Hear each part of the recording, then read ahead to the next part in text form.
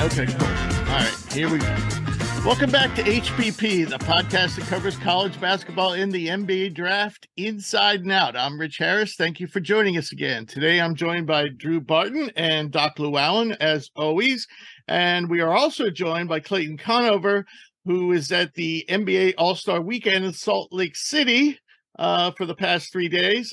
Clayton is an occasional Hoops Prospects contributor and a full-time scout and analyst for Prep Hoops in the Colorado region. Clayton used to be a regular contributor to HP and is definitely a good friend. And this week he represented HP at the Basketball Without Borders Global Camp, which was at the Utah Jazz's training facility and part of NBA All-Star Weekend. So, having said all that, gentlemen, how are you doing? Did you enjoy All-Star Weekend? Me personally, it was a long weekend work-wise. Never again, hopefully. Well, it was just too much, man. It was a lot, but we got past the weekend. This year, I couldn't really enjoy it like past years, you know. It was just more work than usual. So you sound a little tired. It's a long weekend. I worked 7 straight days last week. Wow. Yeah, I feel that, Doc. I mean, obviously I wasn't, I don't work for the NBA, but both of my two co-SIDs were on the road with their respective teams that they were with. One was with golf and one was with wrestling. And so I was in charge of covering 2 basketball games, which is my main focus, 2 tennis matches, a men's volleyball game, a track and field meet, 4 softball games, and we had a basketball recruit on campus, so I had to kind of help, manage that. So I only got to watch the dunk contest, part of that, and then the actual game itself. But I mean, the actual All-Star game itself is kind of a joke at this point. So it was a busy week. The final score was 345 to 323, I think. I probably could have got 30 easy with it. I probably could have put 30 up easily with that defense. Excuse me, you got me laughing. All right, so Mac McClung was the dunk contest winner, becoming the first Sixer to do so. Julius Erving didn't win it? No, he won in the ABA, not the NBA. All right. So as far as McClung goes, how will he pan out on the team? You guys have any thoughts if McClung has any chance? I started. Well, I liked him since Georgetown. He's the all-time leading point scorer in the state of Virginia. Beat out Allen Iverson. So if you could score more points than Allen Iverson in high school Virginia, he probably could actually got potential. He got the bounce. His athleticism. He was like the only bright spot of dunk contest. Well, him and Trey Murphy. Trey Murphy did good, but Trey Murphy wasn't as spectacular as Mac was. Sixers wise, where did he fit up? Where did he really fit in the lineup? We don't know yet. The Sixers already got a lot of guards in terms of what Maxey, Harden, and D'Anthony Melton. And they just try to rotate those 3 guys and play guards and play bigger after that. So I don't know where he really fit with the Sixers yet. But hey, if Doc Rivers might find a spot, minutes for him, he might take Furkan Korkmaz, who asked for a trade, take his minutes and play some minutes off the bench for 15. So we'll see. He used to could shoot. Let's see if he could shoot in the NBA. We know he got bounce. Let's see. I'll give him a shot. Anybody that got athleticism like that, I give him a shot in the NBA. Drew, he had at least a cup of coffee with your favorite team and Clayton's favorite team, the Golden State Warriors, with both of you being from the Bay Area. What do you think? I was actually surprised they got rid of Max. Yeah, he had some moments in was it Summer League? Was he with them in Summer League or preseason? Yeah, he had some moments. Yeah. I mean, it's a hard sell for me. I mean, I think his ceiling for this team is at best kind of like an energizer, almost kind of like a discount Gary Payton in terms of, I guess, just like the energy he could bring. I don't really see him having a huge basketball impact. I mean, like Doc says, we know he has the athleticism to compete. But I mean, he's a 6'2", relatively unproven NBA player joining a team that has, deep playoff aspirations. How many minutes are they going to be willing to, hand him? I mean, if anything, we're getting to the part of the season where rotations start to shorten, star players start to take on bigger roles. And so, you look at their depth chart and, ESPN has him as their fifth string point guard behind obviously Harden, Maxey, Melton, and Shake Milton. So he's definitely not taking minutes from a Tyrese Maxey, James Harden. We all talked about in the offseason that we like the DeAnthony Melton signing as just kind of a nice, kind of under the radar, solid ad. And, Kork Maz does want out, but are you going to replace a 6'7" guy with a 6'2" guy who doesn't have a lot of NBA experience kind of right off the rip? Probably not. So I think his potential is mostly going to be into a high energizer kind of minutes. He comes in as like a little bit of a shock trooper and maybe makes one or two big plays, gets crowds, gets the bench, gets the team kind of, hyped up and energized. But I can't really see him making a huge impact down this stretch. That's not to say his long-term future doesn't have some positive outlooks, but for this season, I just don't know how a team that's, trying to push for a first seed and make a deep playoff run is going to give minutes to this guy. Right. So what is Max now? About 24? 24. I think he's 24. Yeah. So this summer, I did some scouting work for some European teams, and I broke it down by point guards, shooting guards, small forwards, power forwards, and centers. And on point guards, he's number 3 on what I called my free agent cheat sheet. I had number 1, Jared Butler. I had number 2, Saban Lee, and I had 3, McClung. And here's what I wrote. Now, this was back in the fall, or probably back in August. An uber athletic 6'2" guard who plays with effort and confidence, far more of a scorer than a playmaker in college, but has big strides as a passer.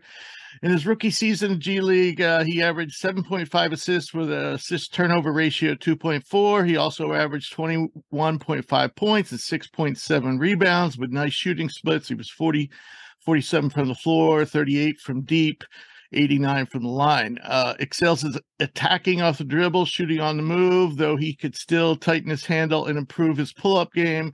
A lack of size and length is an issue on defense, but he's generally where he's supposed to be in terms of positioning. So I considered him, a G League guy with some NBA upside, but certainly anybody who was on my list wasn't considered to going to be a long-term NBA veteran, because if they were Europe, they wouldn't be looking at Europe.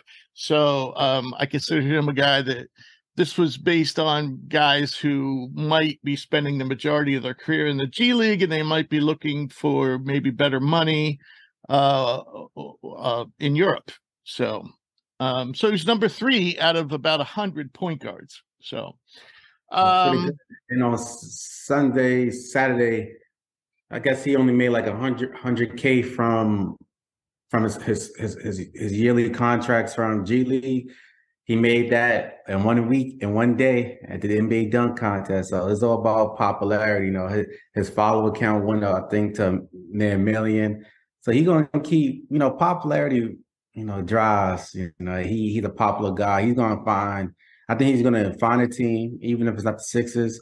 He's going to keep getting signed over and over again. So I think this dunk contest definitely helped him. He's going to do the dunk contest next year. So we know he's going to be in the NBA this year and next year. Yeah, sure. And Europe, doesn't pay unless, you're in one of the bigger leagues and a star. Otherwise, you're probably making the same amount as G League or worse. So, so he probably is here after that, for quite a while, at least a few years. All right, so Maverick would love this next question. Jayson Tatum scored 55 points in the All-Star game, breaking a record. He also won MVP. Is this a sign that he will win the regular season MVP? Wonder who wrote this question, folks. I told you guys in the beginning, my first episode here, the title is for Jayson Tatum to lose. You know what's going to happen? I already got the script, y'all. This is the script. There's only 22 games left. He's going to start killing. He's probably going to average about 35 to 40 points in this span. 30. He's going to average some high points. He's going to Boston will be number one, and it's going to be like, oh, Jayson Tatum wins. They're not going to give it to Jokic. Embiid probably going to play 15 out of these next 22 games. Giannis is there. Giannis is the only thing giving us trouble from Tatum getting it, but it's going to be deep down. It's going to be between Giannis or probably Tatum, but it's still Tatum's to lose. All Tatum has to do is go out there and probably average 33 and let Boston be number one seed, and the trophy is his. This was foreshadowing. MVP at the All-Star game foreshadowed that. Steve, Drew, Doc is banking on voter fatigue. I say if Denver wins the West, it's Jokic's award again. Yeah, I mean, I'm a big Jokic stan. I have been. I think I can never understand the argument around him of people saying that like he's just an advanced stats guy. I mean, sure, his advanced numbers look great, but find me anybody who knows anything about basketball, and if you offer them a 7-footer who's giving you 25, 11 and a half, and 10, shooting 64% from the field, and they say they don't want it, I'll show you somebody who has no idea what they're doing. They probably think Russell Westbrook's the greatest point guard in history. So, I mean, Tatum's in the running. I think it's a 4-man race at this point. I think it's Embiid, Jokic, Giannis, and Tatum. I know Luka, statistically, people are going to push for him, but the team, I just don't know. As a team, they're going to have enough success. I mean, all these other dudes are competing for a first seed. I do think voter fatigue is going to be an issue with Jokic. I know that I believe ESPN put a poll out with some writers and media members, and he actually won it. But, you know, there's still there's enough basketball left where if he rests, if they go on a little bit of a slide, it might just be enough where he has the lowest margin for error. Because if anything kind of goes wrong, I think the voter fatigue will kind of knock him out. If he, has any drop off in play, any kind of injury, the team starts, having a little bit of a rough spot. I think it's between, in my opinion, Embiid and Tatum. Obviously with Embiid, you just never know with the injuries. Like Doc said, he could all of a sudden miss 10, 12 games out of the last 22 and effectively take himself out. But out of the 4 guys we talked about, I think voter fatigue impacts Jokic and Giannis. I mean, those 2 guys have been cleaning house with the big awards, MVP, defensive player, all those things for the last couple of years. Embiid has the narrative of losing out. I think he would finish second, 2 years in a row? Or he finished second last year for sure. And so I just think Embiid, back-to-back years.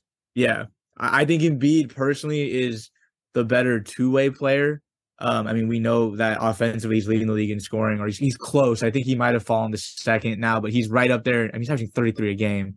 I mean, the NBA scoring is just absurd these days. You got 6, 7 guys averaging 30 a game.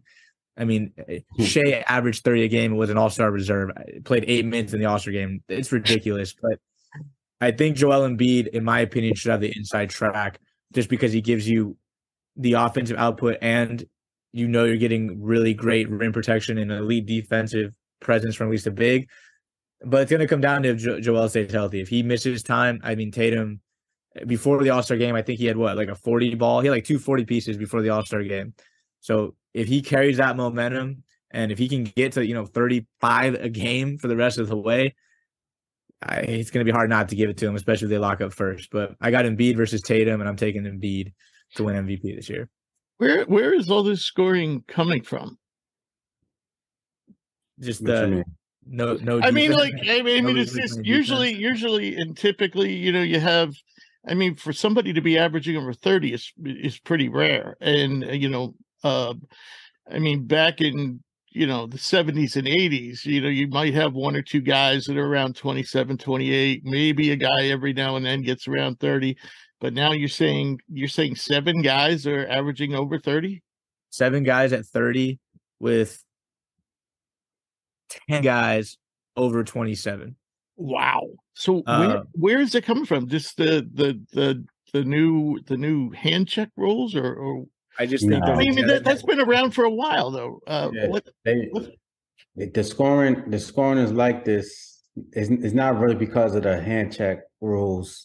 Because the hand check that's been out for some maybe 20 years now. That's long gone. But the scoring is crazy now because of this. Oh my God, I don't know how to say this, but how can I word this without? It's just it's like the refs want you to score. It's like everything works together. The refs want you to score. The team focus on just letting guys shoot threes all day. Guys shoot like Steph Curry used to shoot. Steph Curry probably shoot 12 to 15 threes a game. But you got a guy like Tatum and Brown who probably shoot 8 threes. And these guys not even known 3-point shooters. So if you shoot 8 threes a game and you just make, let's just say a lot of them guys make probably 3 out of 8, or sometimes they score 5 threes out of 8. Bro, your points add up, and then they get probably 10 points from the free throw line. So when you add all of that together, it's like, damn, these guys is getting 30 and 3/4 easily from threes and free throws. That's just it. You shoot 8 threes back, and then you only shot probably 3 to 4 threes, and that was the best shooter. That's like Ray Allen shooting like 4 threes a game. Now you got guys like, come on, Tatum. Like Tatum's great and Jaylen Brown's great, but they're not 3-point shooters. They scorers, but not shooters. And they shoot 8 threes a game. That's insane. And that's why the points is inflated. And that's what the NBA game is, to shoot threes or go to the free throw line. I guess you could think. I don't know. I mean, Rich, if you look at it like this. Well, wait, I just wanted to say I am old enough to remember the Heat and the Knicks, when playing in the playoffs, and the final scores of those games would be like 82 to 79. I mean, Patrick Ewing days, Jeff Van Gundy days, Totally. I mean, Doc's right. I mean, the free throw shooting is a huge. I mean, obviously we all know it's been well chronicled since Steph kind of rose to prominence. 3-point shooting is like the skill and the thing everybody wants. It's the new dunk. Everyone wanted to dunk, now everybody wants to shoot half court, pull up jumpers. But I mean, Doc's right. The free throw shooting is pretty absurd. Of those 7 guys averaging 30 a game, let's see here. 1, 2, 3, 4, 6 of them are averaging 9 or more free throws a game. Michael Jordan for his career averaged about 8 a game for his career. So, I mean, you're talking about one season. You've got guys shooting. I mean, Giannis shooting 13 free throws a game, Embiid shooting 12, Luka shooting 11, Dame shooting 10, Shea shooting 10. Does anyone pay to watch people shoot foul shots? And I mean, if you look at a guy like Shea and Dame, those guys shoot 92% from the free throw line. So you're basically gifting those guys 10 points a game off the rip. And when you look at a guy like Dame, 20 points a game is nothing for Dame to get just with 3-point shooting, his usage. So you're really asking a lot of these guys to go get me 10, go get 20, because you're going to get 10 at the line. And if you're just a decent free throw shooter, you're probably getting 8 to 10 free throws. And if you're really good, you might get 12 or 13. I mean, it's getting a little absurd. 7 guys. I guess that's what I'm getting to. Is there a need for a change? Is there something? The real change they should allow them to go back to hand checking. If these guys are so great at scoring the basketball, the guys now are so great at putting the ball in the hoop, getting to the basket handles, they're more skillful than the guys back in the 90s, early 2000s, and 80s. Okay, go back to hand checking them, because you got to get the advantage back to some type of defense. Guys can't. There's no great defenders in the NBA no more. You can't pinpoint, oh, this is a great defender. A great defender used to be able to stop somebody. But nobody could get stopped no more. So it's just no great defenders. Go back to hand checking, or the same calls, the way how you referee the games in the playoffs, ref it in the regular season. They don't do that. It's a big difference. That's why guys like Embiid don't do good in the playoffs and Harden, because they don't get those same calls. And not saying shout out to Philly, but they don't. These guys don't look the same when the whistle's blown differently in the playoffs, and that's why the Sixers always lose. That's why Harden had a tough time, and then they both in the same team, ironically. Right. Right. Great point. There's I can't think of anybody I consider an individual lockdown defender anymore. When people talk about the best defensive players in the league, they're talking about guys who they switch well. Draymond Green can switch across 5 guys and make plays here and there, or they're just a 7-footer like Rudy Gobert who just stands in front of the rim like this. Like, there's no one where it's like you on him, he's out of the game. That I want him out of the game. Take him out of the game. Of the perimeter, driving to the rim, that doesn't really exist anymore. I mean, we've seen Kawhi do it for stretches. A guy like Draymond could have a few big plays here or there. We saw him, have the big strip on Jokic in the playoffs. But in terms of for 30 plus minutes a game, sit in a chair and pick a guy up at least from half court to the rim, doesn't really exist anymore. Just kind of rotate, switch, and have a big 7-footer with a long wingspan stand at the rim. And that's why there's no plays like that no more in the NBA. Those guys get. Like Gary Payton Jr. is equivalent, probably. If he had a better jump shot, he'd probably be like a Bruce Bowen, right? He would probably be in the starting line of a team today because of his defense. But his defense don't mean anything when you can't shoot knock down threes or can't score because it's like you shoot. You play lockdown defense, but we need you to score. This is not Golden State Warriors, you know. So now he back in Golden State should be good, but still, it's those type guys like Bruce Bowen don't exist no more because they be out the league soon and they can't score. That's what happened with Thibault. Thibault got better 3-point shooting this year, but you know he had trouble shooting. But back then, it was cool to have at least one defender in the lineup, even though he couldn't really shoot that well. Because you get the points back by locking up Carmelo or giving Kobe a hard time. But now it's not like that. So, and Tony it's Allen. a whole scale. Tony Allen. The Warriors took Tony Allen out of the playoffs. Right. They literally said, stand in the corner wide open. We're going to just double Conley or Gasol or Zach Randolph. Just stand in the corner. And they effectively eliminated him from a playoff series. And that leads me to my next question, which is, as a draft evaluator, I wonder how much defense I should be worried about anymore.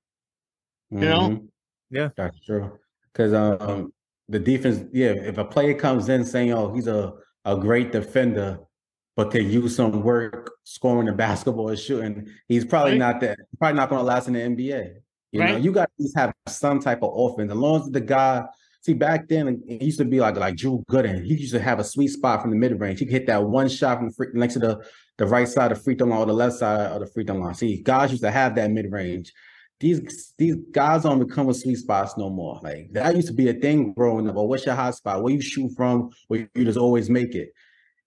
Today you can't really even pinpoint a guy's hot spot anymore because these guys they shoot even a lot of shots and they think they're efficient, but they're really not that efficient. But guys don't have hot spots. There's no, let me get to my spot and score. No, nobody's really the same anymore. And the defense aspect of it, when a guy who wasn't that good offensively who played defense usually had that one shot they could go into. These guys don't have that no more. They don't practice that. They don't care about the mid-range shot at all. I'll tell you another thing. For history, for people who love basketball history, I mean, it just throws another, wrench in the works because you're not going to be able to compare this era to other eras. Because, average players are putting up over 20. Exactly. That's why the stats, that's why when LeBron James and his stats don't really mean anything. So when you talk about the GOAT tour, you got to watch the basketball games. You got to watch the games. We watch the games, then you analyze. That's why I'm not going to put LeBron in my top 10 ranking.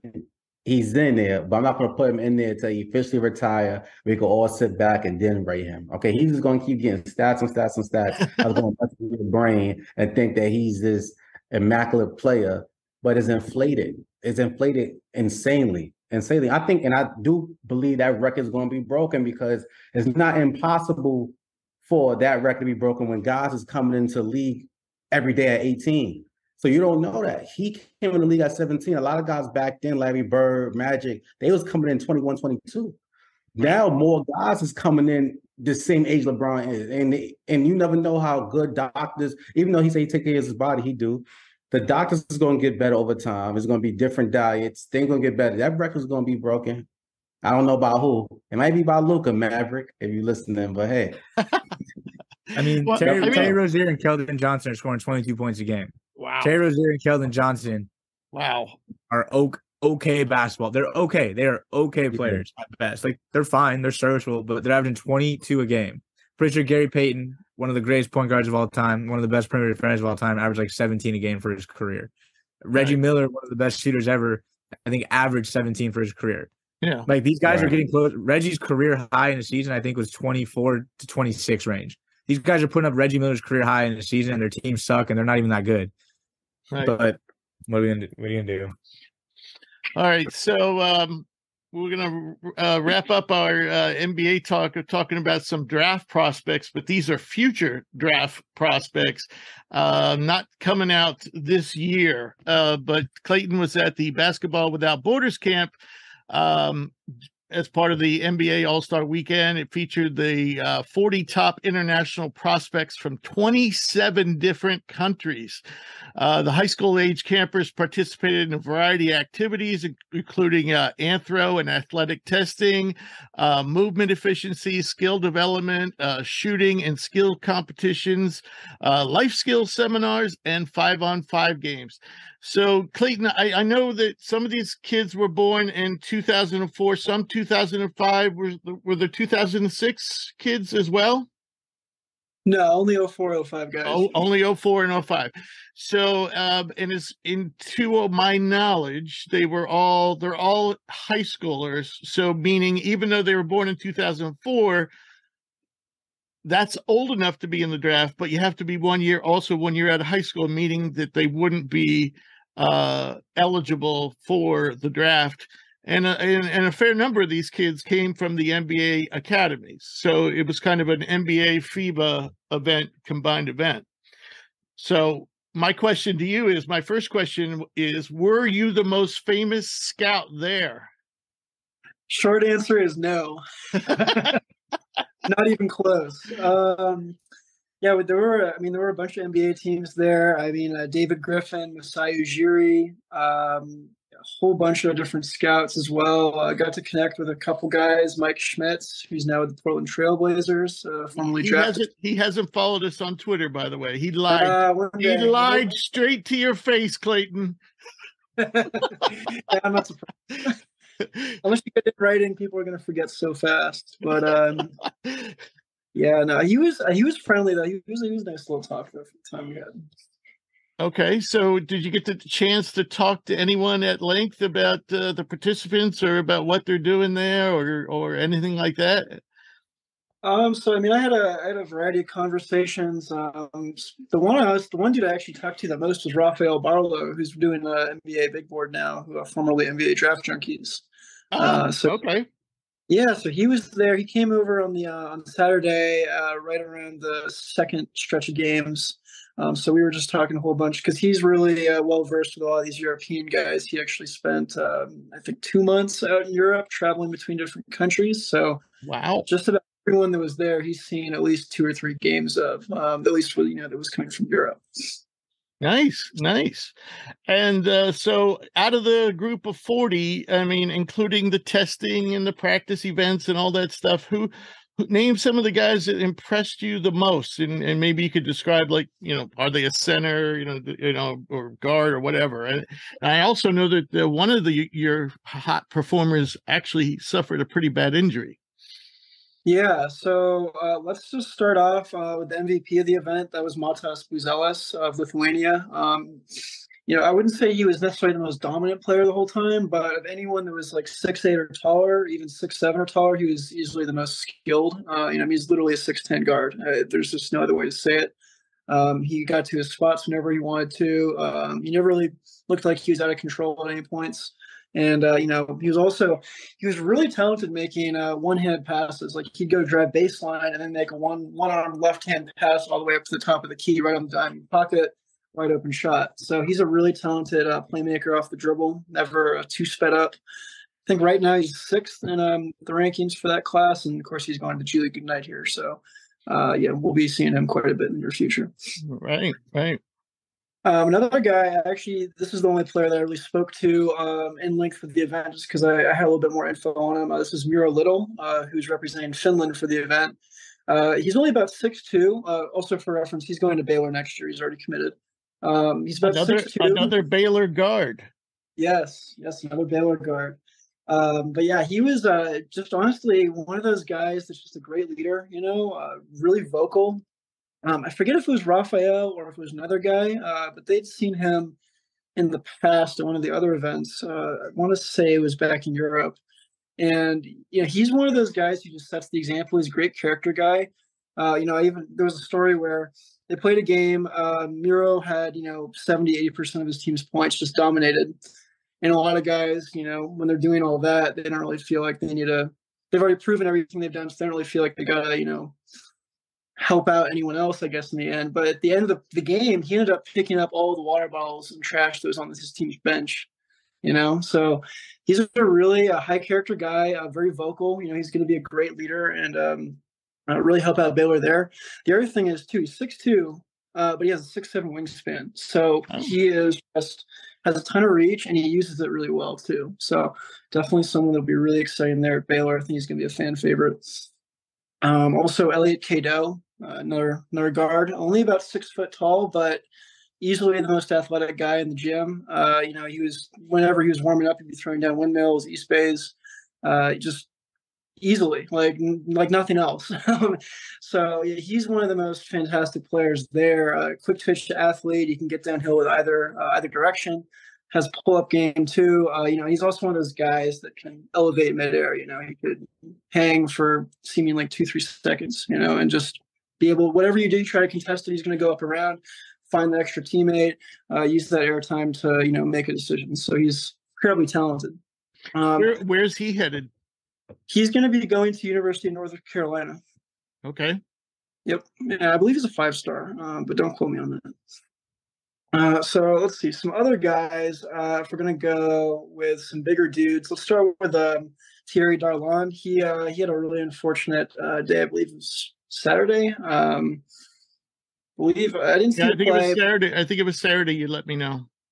Yeah, I didn't see the play firsthand. I was watching the other court, but when it happened, the entire gym went silent. So it was definitely something serious. And from what I understood, it was a broken ankle. I think he went up for a 3. I don't know if there was someone in the landing spot or something else happened, but he went in and the leg went like that. So really unfortunate though, because he was one of the top performers from this event, and even though he only played 1.5 days of the 3 days, he actually made the All-Star team. So that's kind of wow. Think about that. That's how good he was playing. And where's he headed? I don't know where he's headed offhand. I'm sure he has interest outside, in NCAA and all that. But he also might be a guy who could play in Europe down the road too. Right. Because he's one of those academy guys. But really talented shot maker. He's about 6'6", 7'1" wingspan. True wing in the NBA, could play 3-4, even some 2 potentially down the road. Just again, guy who can guard 3 positions, elite shot maker off the dribble, and just again one of those guys that's incredibly talented. So yeah, definitely someone to check out. Another guy that I think should be on everyone's radar too is Kylian Mawaya. He's another French player. Mawaya is about 6'5", but 7 foot wingspan. Another really rangy guy who can guard multiple positions. Just excellent in transition, really exciting player above the rim. And, again, could be one of those guys. He's just a two-way threat every single game. It's incredible. Right. French have been producing athletes left and right these days. Yeah, one of the guys that Draft Express actually posted about when they were at the event, because Jonathan Gavoni was also there on, I think it was Sunday. He might have been there other days, but I only saw him on Sunday personally. They got a video of the other French guy. There were 4 French players there, but the other one that was really outstanding was Pacome Dadiet. If I mispronounced that, but he's about 6'6", 6'7". Really talented shot maker, though. Again, just can get to his jumper wherever he needs. 3-level scorer. Not the most athletic guy per se, but one of the craftiest guys, regardless of position at the event. He's legit 6'7" plus. Okay. How about the big Spaniard? You were telling me that you impressed you day one. How'd he do for the rest of the camp? Yeah, Daymara Gomez. So he was 7'2", 7'3". Wow. I think the measurements, let me double check. The measurements say 7'6" and 3/4 wingspan, 9 foot, 9 foot 1.5 inch staying reach. And yeah, just again, does this and you're screwed. Puts his hands up. But the one thing that was really intriguing with him, there were 2 areas. One was his mid-range shot making game. He has a really high release on the shot, like way up here. So it's virtually impossible to contest. It's a little bit slower, but at the same time, when you're that height and you have that release point, it really doesn't matter too much. Right. So he'd be going off of like one-leg Dirk fadeaways, though. Just catch right into that shot one-legged, and he seemed like he was automatic with those. And on Sunday, he couldn't miss. The other area that was really interesting with him too was his passing vision. He was kind of hit or miss, which is kind of how it goes with these events, with showcases, because, a lot of these guys are still trying to figure out how to play together. Right. But you could tell he had the vision. I think that I have to see him more in Europe, and obviously he's going to get drafted at some point here, but he's definitely one of those guys who could be a really intriguing high post passer, kind of really a playmaking hub, almost like what we're seeing with Sabonis. So he's someone to keep an eye on for sure. And he's only about 17 right now. I think he turns 18 in March or April. Okay. Anyone else impressed? Yeah, let's see. Let's go to some of the front court guys. Churchill Abbas out of Nigeria. He's about 6'8", 7'2" wingspan, in the ballpark of 240, 250. Really strong physical guy. Just dominated the interior the first 2 days and was just, gain over everyone. No one could really contain him in the post. He cut off ball, grab offensive rebounds. Just no one could really do much about him. The only guy, though, that at least that I saw personally that really did much to him in the post, in terms of defense, was Mateusz Krivas, which I believe is the other Lithuanian there outside of Buzelis. And Krivas, he measured at 7'1", 7'5" wingspan, and right around 250 for his weight. So big dude, long arms, just a really fundamental defender. Kind of like I'm just chuckling at a 7. You're talking 7'1", 7'3", and these are high schoolers. Yeah, no, these guys who are teenagers. Yeah, they're really, really young guys. Well, you were saying about the Lithuanian big man. Yeah. So he's just an incredibly strong defender. Kind of reminds me a little bit of Zubats in the sense of his play style, his strengths and weaknesses. Not super mobile laterally or anything, but might be a second round type guy that's taken, maybe even late first potentially. But I think right now more than anything, he just has to improve his upside as an offensive player. Right now, he's just very, very much so traditional big right now. But he does do the traditional things very well. So those fundamentals are. Any of these guys was ranked ESPN top 150 or top 100? Are you talking about Buzelis or Krivas? Any of these guys? I know Buzelis is like number 6. Offhand, though, I really don't keep track of these top 100s a whole lot. Main thing I would say, though, in terms of NBA guys, actually, Elliot Cato is definitely ranked. He's 5-star. Miro Little is definitely ranked as well. So I've definitely seen Little ranked in different places. Yeah, at the bare minimum, 3 of these guys are ranked. Does Prep Hoops do an overall ranking like that, like 247 in ESPN? Yeah, we have a ranking for that. I'm so invested in the Colorado side of things. I don't even know what that looks like right now, to be honest. Right. Is there any reason why these academy guys don't get rated more by the recruiting services? And I'm talking about all of them, 247, Rivals, ESPN, you guys. A lot of these guys come in unrated. Is it just because you just don't get the chance to see them? Yeah, a lot of it's probably just the out of sight, out of mind aspect of things. It takes a lot of logistics, and it's basically like either someone that works at the academy and they're consistently sending out a video to you, which hit or miss, unless you have the right context. And if that's not the case, then you're basically relying on whatever organization you're with to fund a trip out to one of these places across the world. So a lot of organizations just don't have the funds for that. And frankly, it's just easier to just sit back and wait. And then when they come and play in college and dominate, then you can start writing about it because it's all in the public view. Well, there's a variety of factors for sure. Right. Okay. Did you cover everybody you wanted to, or? Let's see. There were so many names. Let me see if I can find one more guy for you.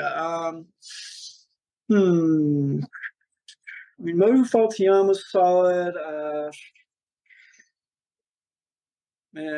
I would say, one guy that really, he had a tough weekend just because he had a high ankle injury on the end of Friday.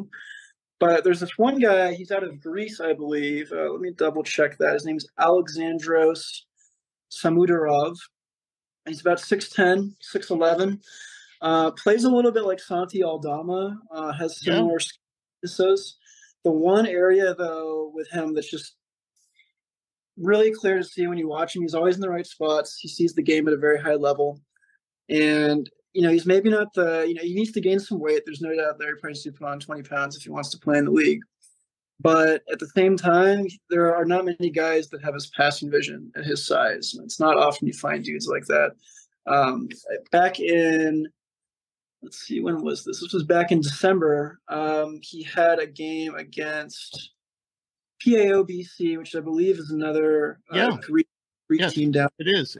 It's and he had 9 assists that game, 0 turnovers. So again, 6'10", 6'11" guy who's a post passer. That's a top division Greek team, unless they have multiple teams with that name. But definitely in the top Greek division, there is a team with that name. But sometimes there's like Real Madrid 1, Real Madrid 2, like that. Totally. Yeah. So he had 9 assists and what else? And 0 turnovers. Nice. Yeah. Gotta love that from a youngster playing against pros. Yeah, exactly. Yes. You can't go wrong with him. He's a very smart player, very high IQ.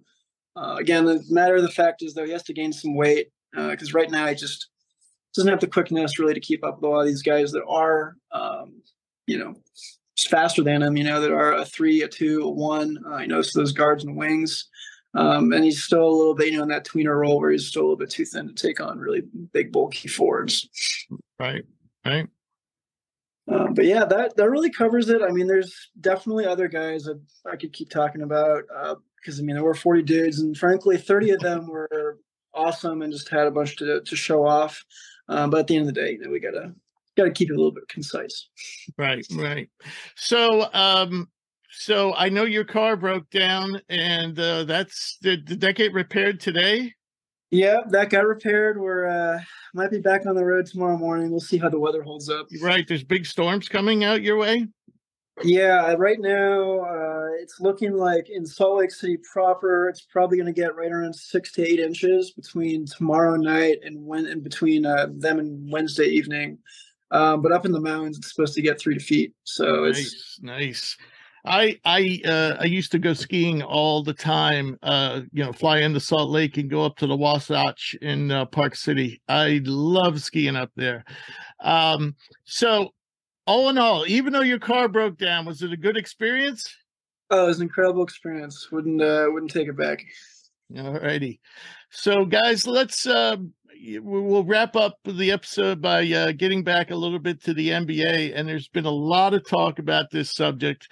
And Clayton, you can weigh in here too, but a lot of people are worried about the collective bargaining agreement.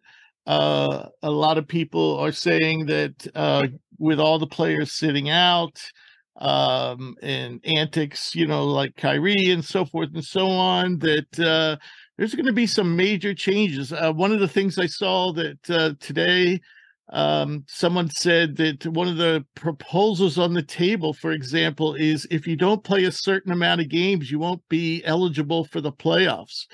So, Doc, you're closest to this situation. Do you think this collective bargaining agreement is going to come to a head?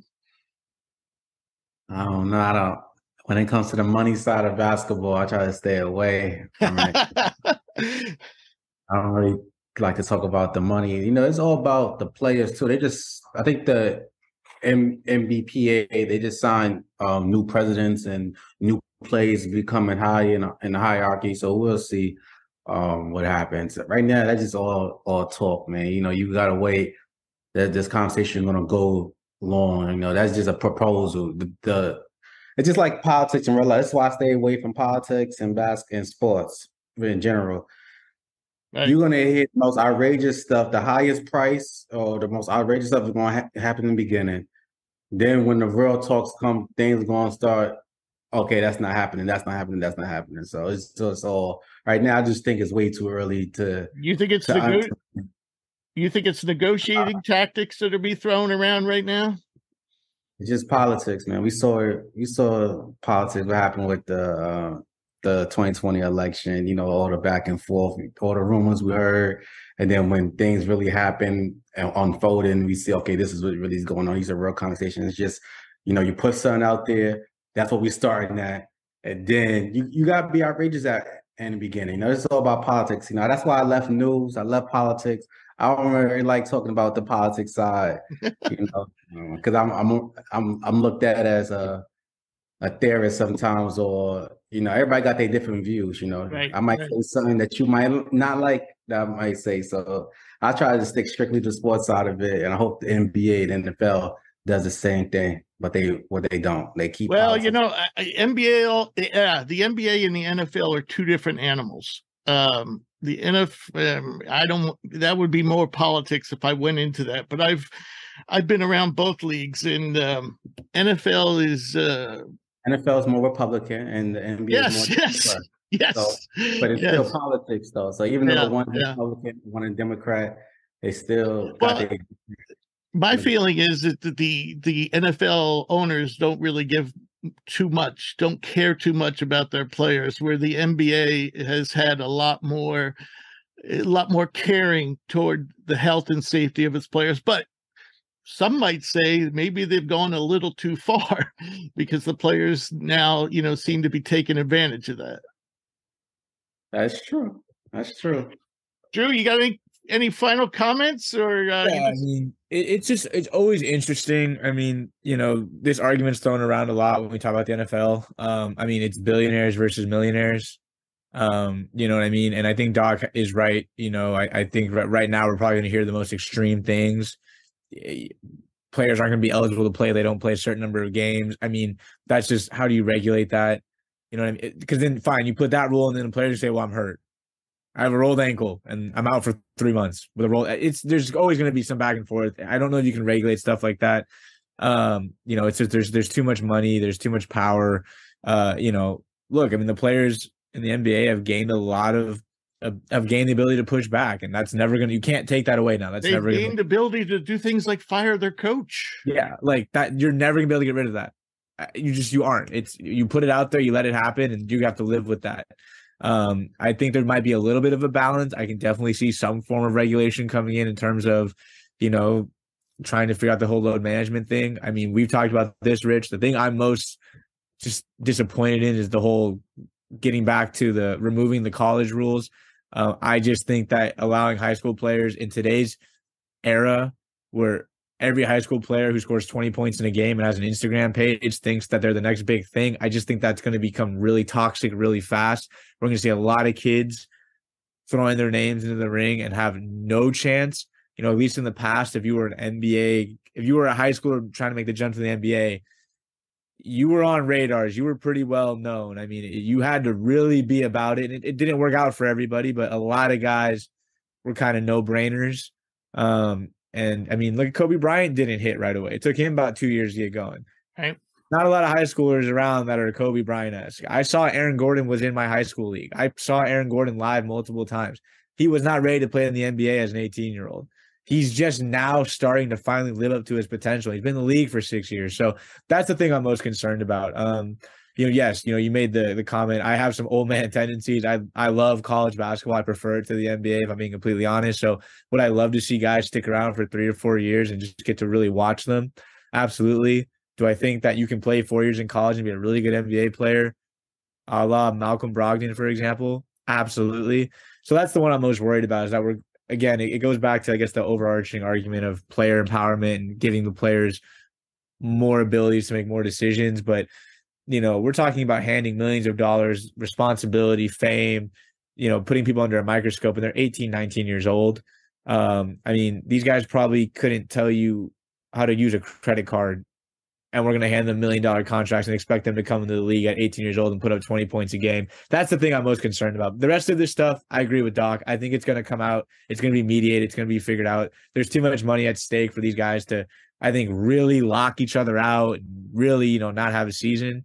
But some of the stuff that is coming down the pipe, I'm just a little bit worried. And, I respect and enjoy the NBA for the fact that they do give their players some power, unlike the NFL, where it's basically you do what we say. Or we won't pay you, and you have no job. Blacklist you. Blacklist, exactly. So I respect the NBA for that, but I do think it's gotten a little out of hand.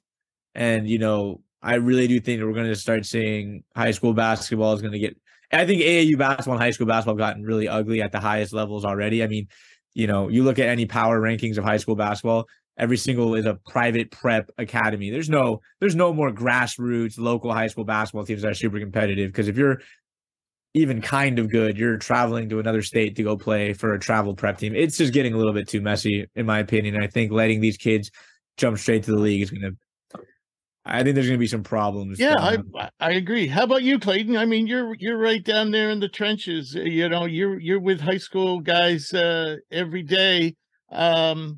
Would you rather see the NBA keep their age limits and at least I personally would like to see the age limit 20. And you can play in the G League, or you can play in Spain if you want to make money, but you can't play in the NBA until you're 20 years old. I don't know why the NBA wouldn't allow you to do something like you can draft the guy ahead of time if you want, but he can't play in the league till he's 20. But yeah, that's my old man opinion. Yeah, so I mean, coming from a background where with high school coaching, man, where do I even start with this? I'd say for the first thing, to answer your question, I mean, for what starts with preps, yeah, I mean, just about every prep school in the country, that's Montverde, Wasatch, Sunrise. Yep. Oak Hill before this season. So, there's just, when people go towards the money at the end of the day. I mean, money talks. So, if you're on a public school, high school team and, they're doing everything by the books, it's not going to be nearly as competitive as a prep team that can give you a full scholarship, and then get you seen by programs. To go back, though, to your other point, with the age, I think it makes more sense still for them to be at the current age, and not go lower. I think at least the number one reason for that, at least, would be to help out with GMs and owners who are trying to, have a little bit more safety with their decisions. Because from their perspective, it really doesn't make a lot of sense to invest in a player that's another year younger, another 9 months younger. Because while there is that potential to find a diamond in the rough, and find someone at, the 27th overall pick who's just incredible, there's also the, increased fallout and risk, of finding, a lot more guys that are just unproven, not ready to, make that jump up because they're just not mature enough yet. Right. So I can't imagine it going down lower personally. I think it's just a much riskier decision for those front offices. And going older, I mean, that might be kind of the anti-player in a sense. But I don't know. I mean, with NIL deals that are popping up now and the popular players you're looking at like, what was the name? Was it Elliot Cadeau? I forgot who it was now. It was one of these 5-star guys that were at the event. It might have been Cadeau. I mean, they're getting $500,000 in terms of deal, or they even step onto the court, For like a shoe deal, or I don't know about shoe deals, but local sponsorships, maybe they have $500,000. These are the top guys. These aren't like, the top 100 guys are all at that, but the top 5, 6, 7, 8 guys, if you look at their valuation now, I mean, they're already doing great, so it's just, the league's changing. The scene of high school basketball is changing quickly. The one thing that we always hear about now is highlight culture. From what I've experienced personally, and you could probably talk to any high school coach, 9 out of 10 with them would probably say the exact same thing on this. We have the U.S. where it's an incredibly talented area. You have all these kids that have every single move in the book. They got, whatever ball handling move, they got step backs into, any type of shot, 3-level scoring. But they don't know how to move off ball. They don't know how to box out. So it's those really fundamental things that are kind of going out of fashion now, because when you go into a baller's life, when you go into, any other type of big social media platform that's promoting highlights and video, you're not seeing the guy get blocks and then go coast to coast for an assist. You're seeing a guy do 7, 8 dribbles, breaking the guy's ankles, and then hitting a step back 3, So the game's changing. And I think we're going to see continually over the next 5, 6 years how the style of play changes, for better or worse, which will be interesting. But at the end of the day, the game is changing in a lot of ways. Players are getting more skilled, and NIL deals are very lucrative for a lot of these top end guys at the end of the day. What do you think? Do you think that talent operators should be able to accept bribes so that, like you and I could be bribed to rank a guy higher so then we could get part of his subsequent NIL deal? I hate to break it to you, Rich, but that's been going on for years. a lot of people are good with it, but to say that some of the ranking, I mean, let's be real here, the top 15 for every class, whether it's a 247 or an ESPN, being Cardi, whatever, there's politics involved now. Right. Oh, I know. I even know that much. Yeah. So, I mean, are there bribes? Yeah, there probably are. I mean, it's not like I know personally, but at the same time. Right. Well, we got to work on that. We need some bribe money. 50 grand. I'll put Leonard Miller in my top 10. 50 grand. No more bad mouthing Leonard Miller. He's probably going to be our next G League Ignite guest. 50 grand, and I'll put him number 1 overall. I'll write whatever you want me to write. All right. Well, it was good stuff, gentlemen. Good talk. We're going to run this as a separate episode. And so I want to thank all of our listeners. Special thanks to Clayton, who made the trek to Salt Lake City for us. We'll be back next week with more NBA chat. And like I said, we're going to be doing 2 separate interviews, this one and another one tomorrow, which will be focused on college hoops, and will feature interviews with Nevada's Keon Blackshear and Chattanooga's Jake Stevens. And if you ever miss an episode, you can get caught up at hoopsprospects.com. And if you want to get in touch with us, you can email us at admin@hoopsprospects.com. We also take questions via social media, on Twitter at Hoops Prospects, on Instagram at The Hoops Prospects, and on Facebook at Hoops Pros. Any final thoughts, gentlemen, before we say goodnight? Warriors about to go 22-0 second half of the season. Wow. You and Clay will both be happy. Be thrilled. Any final thoughts, Doc? No final thoughts. Let the second half begin. Yep, let the second half begin. All right, gentlemen, I'll see you next week. And good night, folks. Thank you. Yeah.